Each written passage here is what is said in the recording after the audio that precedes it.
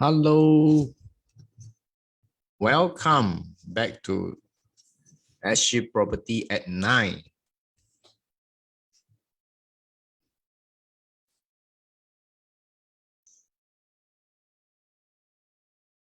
Today is another Tuesday, 9 p.m. is our weekly sharing of properties in SG.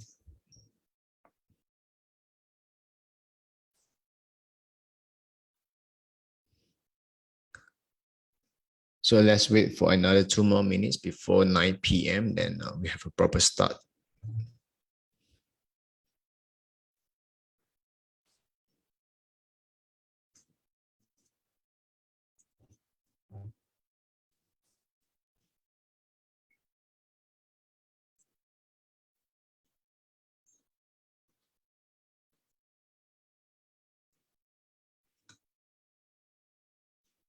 So far, everyone, any questions about our recent property sharing for the past two?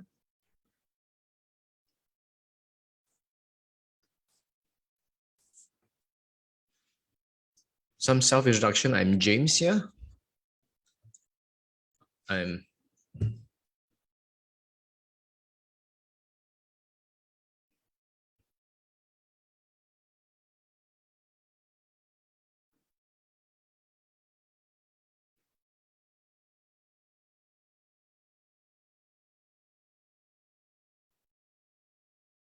Recently, property market is quite hot. I just went to Sky Eden show flat. They have a preview on last Saturday. Yeah, it's quite packed.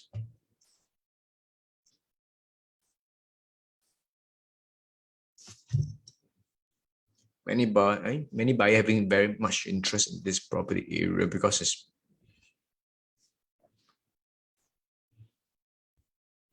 very near the Bedok train stations and the mall itself.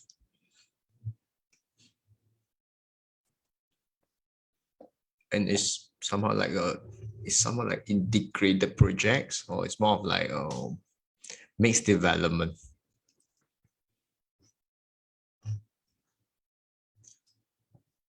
And I think it's relatively rare for a development in Singapore now that is near train station at such a short distance walk. And moreover, it's not even a GLS.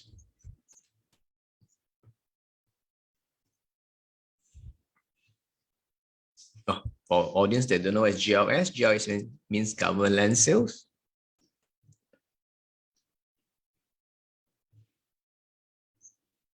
So this property at Sky Eden is more of a current is a Bedok Point that they actually redevelop it to mixed development.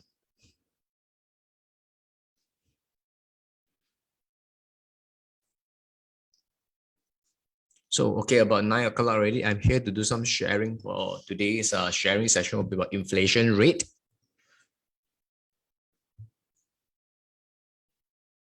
And interest rate and how this affect Singapore properties.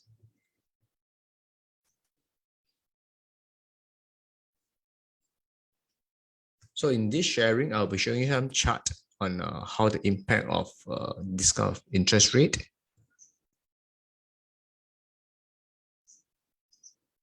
and inflation in Singapore. I would divide the inflation into various different types of inflations. Is to property prices in the past 25 years. So you can have a very clear of in the past 25 years when interest rate went high and the inflation went high, how the property performs. And this is very relevant because what we are doing, what we're having now is having a higher inflation rate. We also have higher interest rate upcoming, as been showing in the past few months since this year.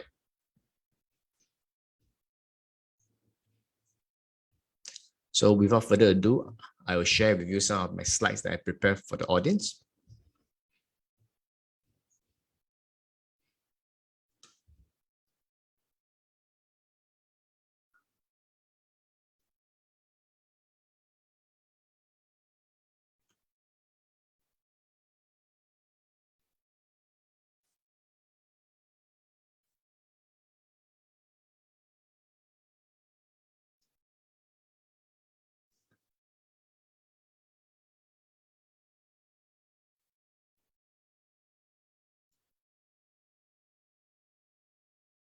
Give me a while while I'm sharing. I'm trying to adjust to my slides.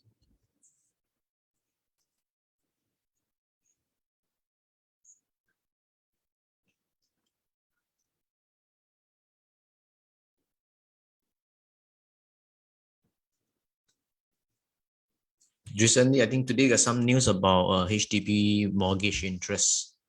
I think it also be interesting. I also have some sharing on this also. So do wait for us to do such other kind of sharing, so you have a proper understanding of interest rate.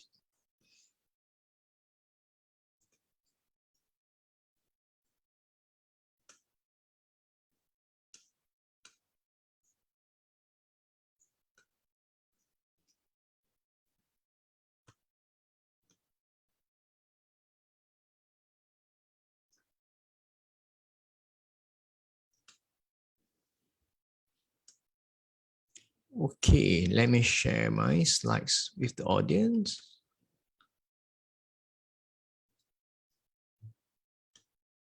Can you see my slides?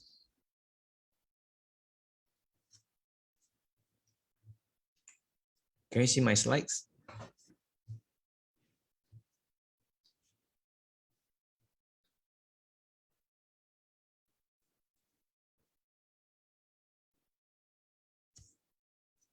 So the title of the interest rate and inflation versus SG property prices. So all these will be relevant to indexes. So we are seeing the 25 years interest rate, how it actually flows and how the inflation rate versus SG property price indexes. So this SG property price index is a very generic one. Actually extract from some of the platforms. So this is just based on my own research. So for better understanding, maybe you also can find your own research, or if you have more questions, we can ask us questions via the platform on Facebook.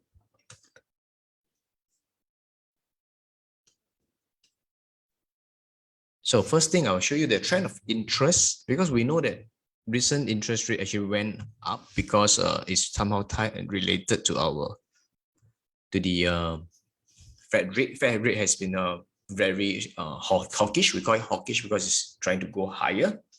It's trying to tame on the inflation in US. So you can see this is just to show you a comparison since before 2020. You can see from the chart itself, before 2020 till 2022. You can see that the interest rate of Fed rate, when they increase and decrease, is very closely follow with the SG average overnight rates. So SG interest rate also remain the same. Also went high. It go in tandem, like in short. It doesn't have any changes.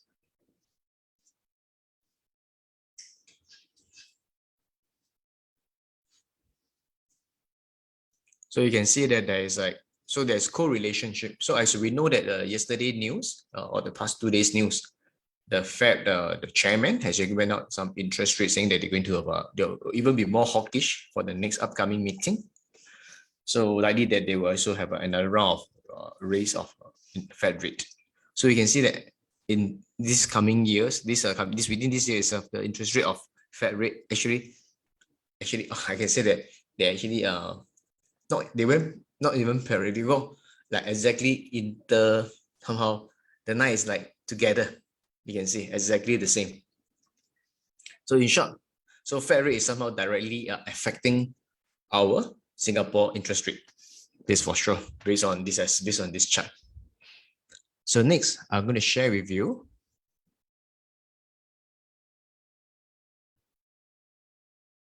how this interest rate affect SG property prices.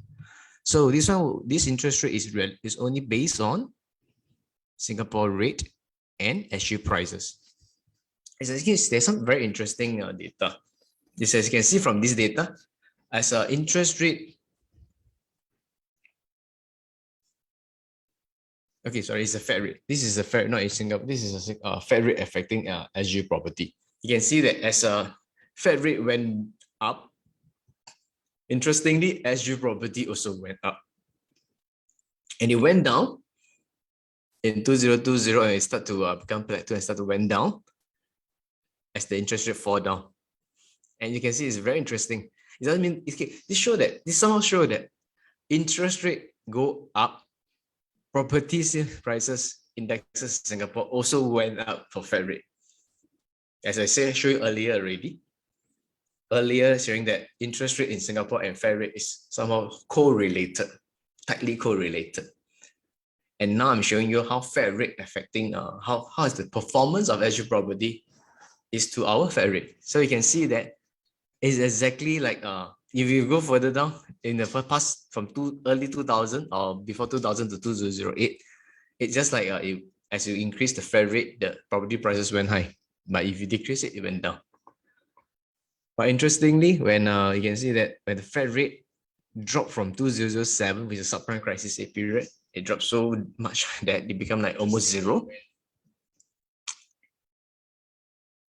And the prices, interesting, also went down, but it did have when it killed to almost zero since 2000. Based on this graph, it's most 2009 onwards. Our property price went very high. And this is an abnormal period, I can say 2009 to 2016 or thereabout. It's a very abnormal period where there is a lot of like almost negative interest rate. But interestingly, as I say that don't need to take on this point, the point to think for this chart is interest rate went up, property price in Singapore went up. But only at one period of time, by 2009 onwards to 2016, interest rate become almost zero, price went up. This is somehow like that's the reason behind this is because of the buyers that buy this property. They don't really need to pay interest, which is the costing of the properties. So we know that we buy a property in a mortgage. A mortgage, usually we need to pay some interest for the mortgage that money in mortgages. Beside the principal, we need to pay the interest. So this is something very interesting. Until we can see that recently, as 2016 onwards, it started to increase some Fed rate, but still very manageable. Until recent, all went up. 2020 is built to our COVID period. So as you see that it also dropped very simultaneously for our, very tremendously for the Fed rate because to fight against the COVID series period. So this is very interesting data. So next I will show you what is the recent property bank rate, private bank rate in Singapore. So this could be relevant to audience who want to have their mortgages. So you can see that currently the fixed rate is already 2.75 to almost 3%, depending on which bank you go. This is some of the banks that we extracted today. And for our SORA, which is our fluctuating rate, it's approximately 2.26 to about 2.55% for the first 2 years.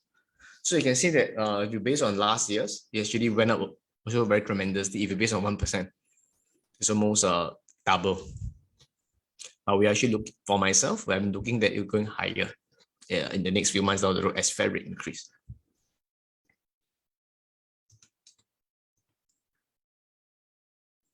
So interestingly, the bank rate for the HDB bank mortgage rate. This is something very interesting.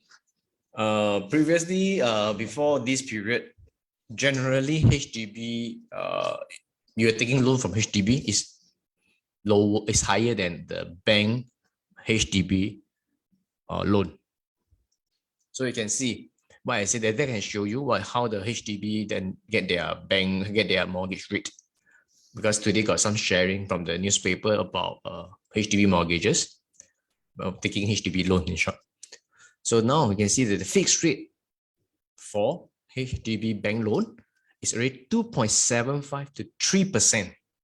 If audience that having a HDB loan that you can get from HDB as a concessionary rate is 2.6%.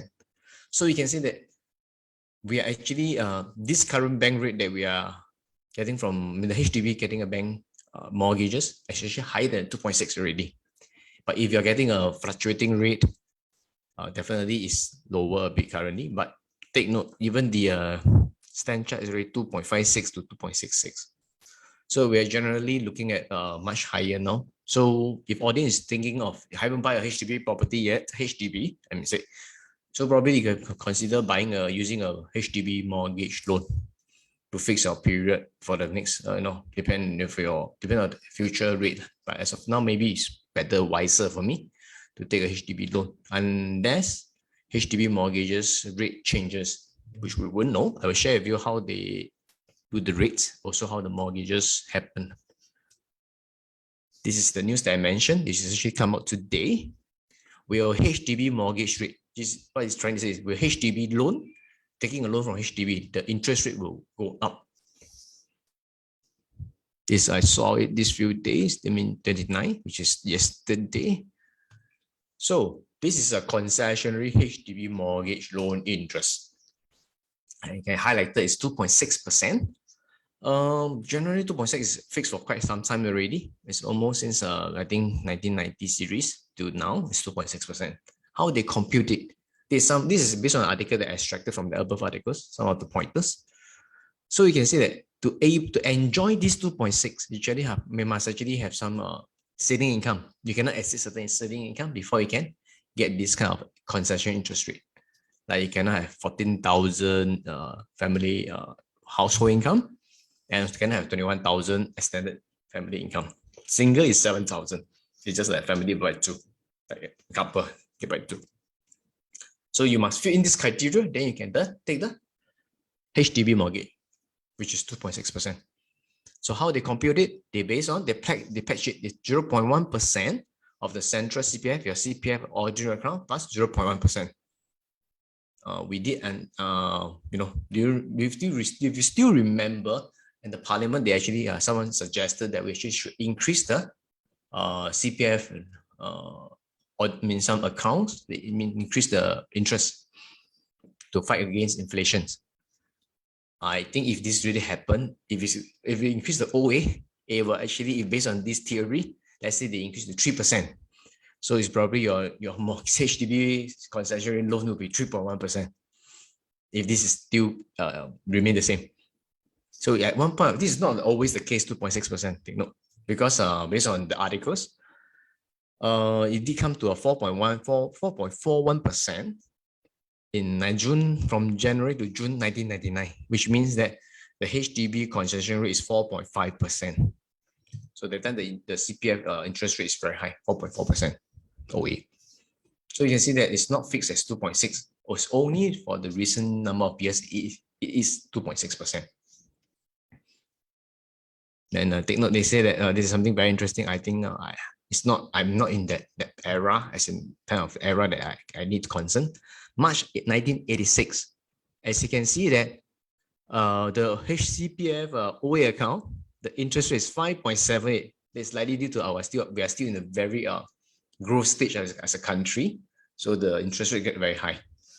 And the HDB loan interest rate is 5.88%. Personally, I've never seen before. I'm still too young to experience this kind of thing. Let me share with you further down. So now let's talk about inflation. How inflation affect SG property. I also have tabulated some chart for you to see. Some very interesting chart. So first thing is SG general inflation rate. We know that SG inflation has been very, very persistent so far since this year. So you can see the past 25 years, how it affects us.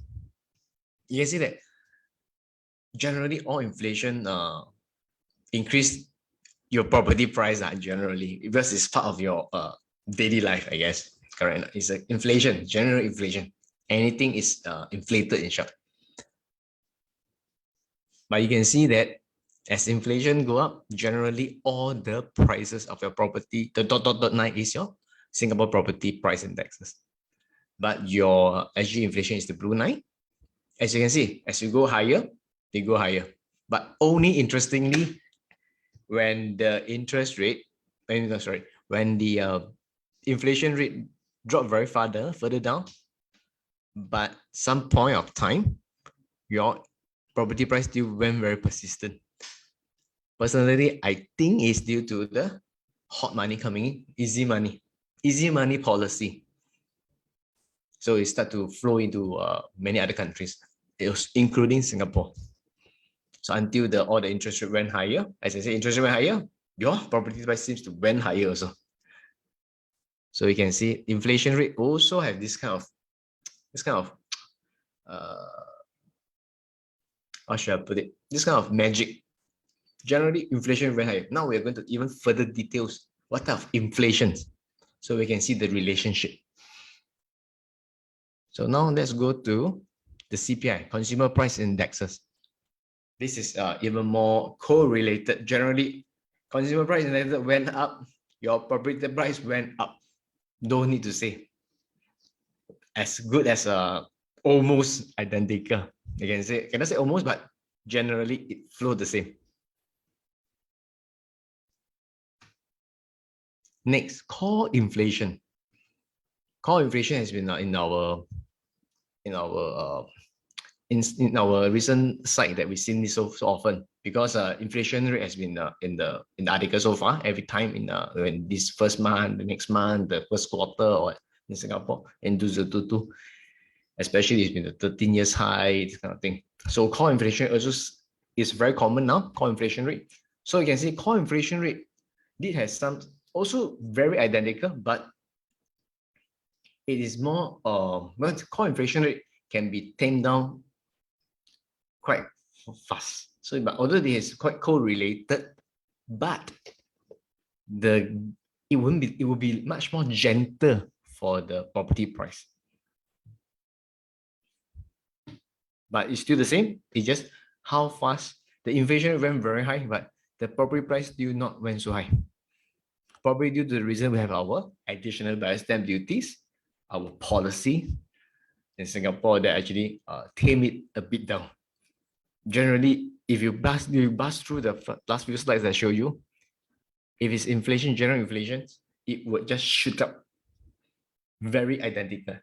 Even this is a CPI example, consumer price indexes, and this is the general inflation rate in Singapore.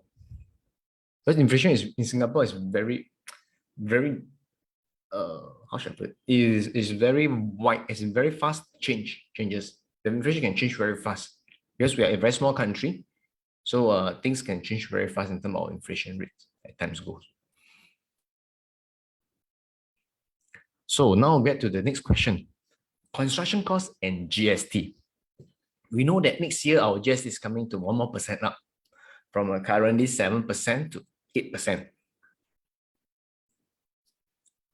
So you can see from this, this is part of your inflation because the price went higher, but it's based on GST. We are consumer, we pay a good service tax. So let's see, since we are talking about properties, so construction costs will be likely one of our, our concern, our interest point. So you can see the cost from 2021 first quarter, fourth quarter, and the first quarter, which has this part of the spectrum quadrant. I mean, you can see that if from 110.8 to 122.2 to 126.5. So generally, the price of our construction cost is went higher. This is for sure. And next, give me a second. Okay, so although we have our growth, everything so far, so this is one side. Let's say now I'm saying that the construction cost will also impact the general costing of the properties and add on with the GST.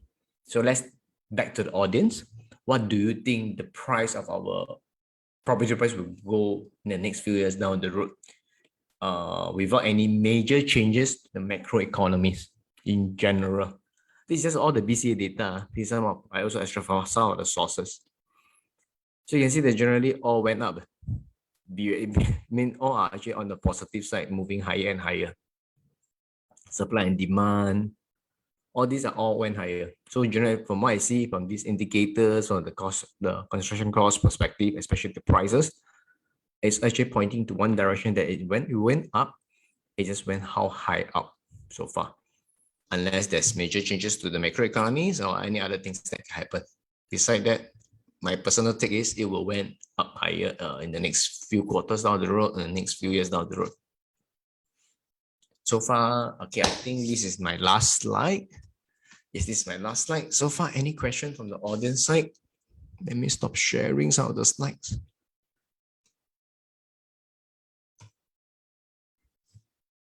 So far, any questions about the slides or about my pointers or things that you want to understand more?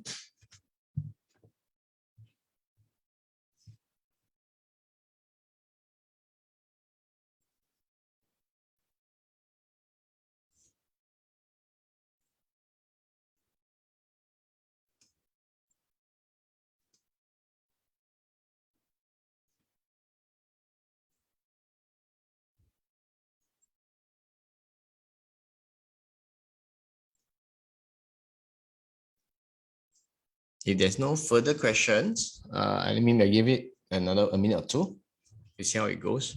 Any question from the floor and from the audience side?